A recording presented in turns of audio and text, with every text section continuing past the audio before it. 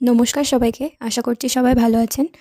তো প্রথমেই আমি এখানে নিয়ে নিয়েছি মোল্ডেড ক্লে এবং এখানে এই যে হার্ডেনার আর রেজিন বেস দুটোকে মিক্স করে নিতে হবে।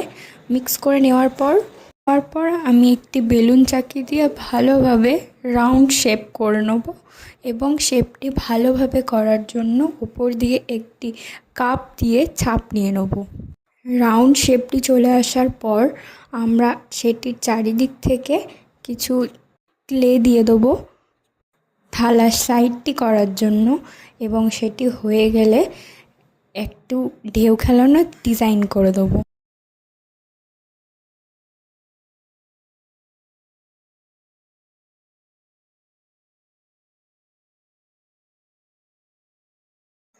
এর সাইড দিয়ে আমি রাউন্ড শেপ করে ক্লে দিয়ে দেবো এবং রেডি হয়ে যাবে আমাদের থালা। এখানে আমি দুরকম আলাদা আলাদা শেপের থালা বানিয়েছি।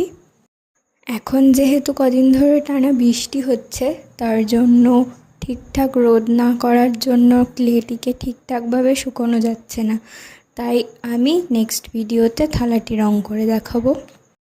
আশা করছি এই ভিডিওটি সবার ভালো লাগবে।